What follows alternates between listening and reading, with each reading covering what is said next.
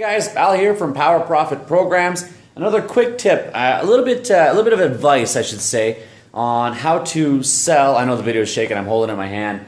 How to sell more stuff in your pro shop. Retail sales in your store should be a big portion of your monthly income or profits in the business. So one thing we do here often at the Studio Family Kickboxing is we rotate the front area very often. So I'm just going to take a quick walk through the front area. First things first is you want everything to be very, very clean. So you see the shelves here, all the stuff here. Everything is very, very clean. You don't want it to be dusty. You don't want it to be dirty.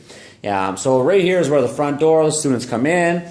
Here's our front desk right over here. The next thing you'll want is you'll want to keep the shelves full of stock.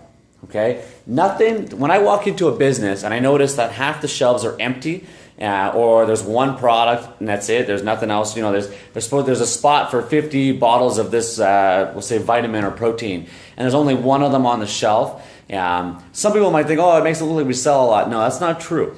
Because if that person only came the one time, they're only going to see that one bottle, they're going to think you have no money to restock. Okay? What does help is for the regular clients, when they notice the stock is full and then it's empty and then it's full and then it's empty, that's a different story.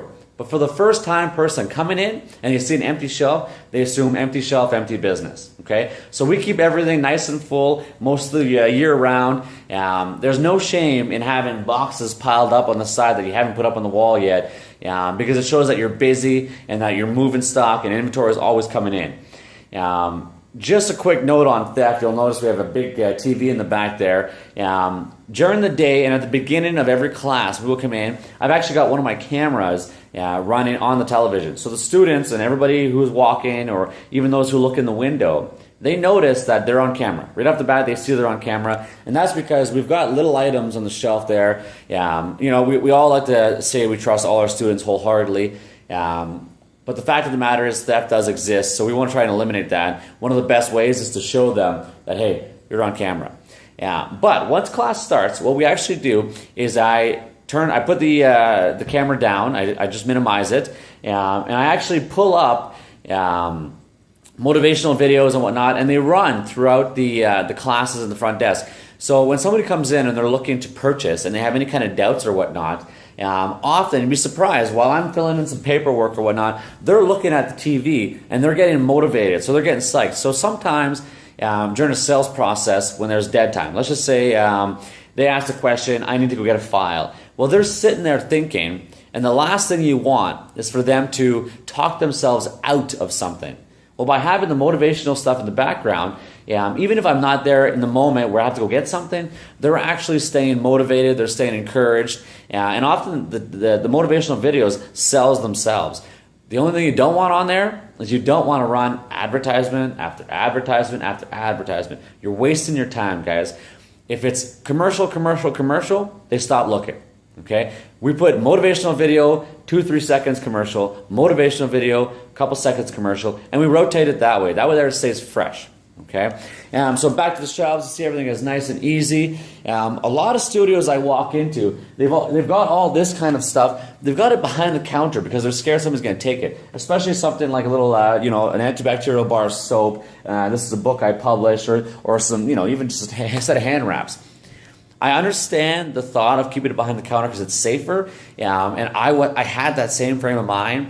But the truth of the matter is that when they come in and they sit on these chairs, I don't know if you can see the chairs right here, they sit down and they take their shoes off. Well, we set it up so while they're taking their shoes off, so I'm sitting down here taking my shoes off, all of the little things are right beside me. So this is point of purchase stuff.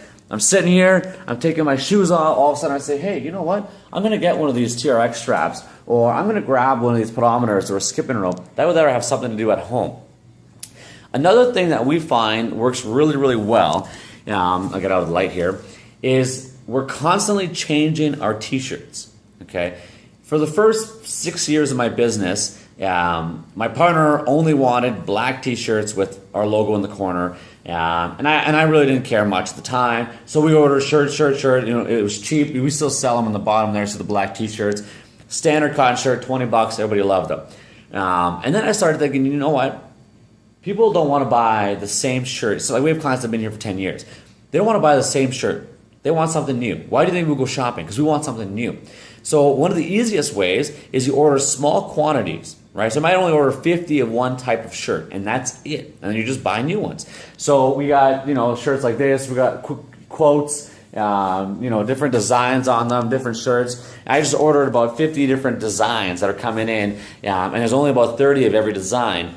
So they're a limited amount, they're pricier, but you keep it rotating, so the same person might want to buy more shirts, right? If I'm a student and I already own 5 of these shirts, okay, and they're still in great quality, and I have enough to last me every day, so I don't do laundry every day, I have no desire to buy another shirt.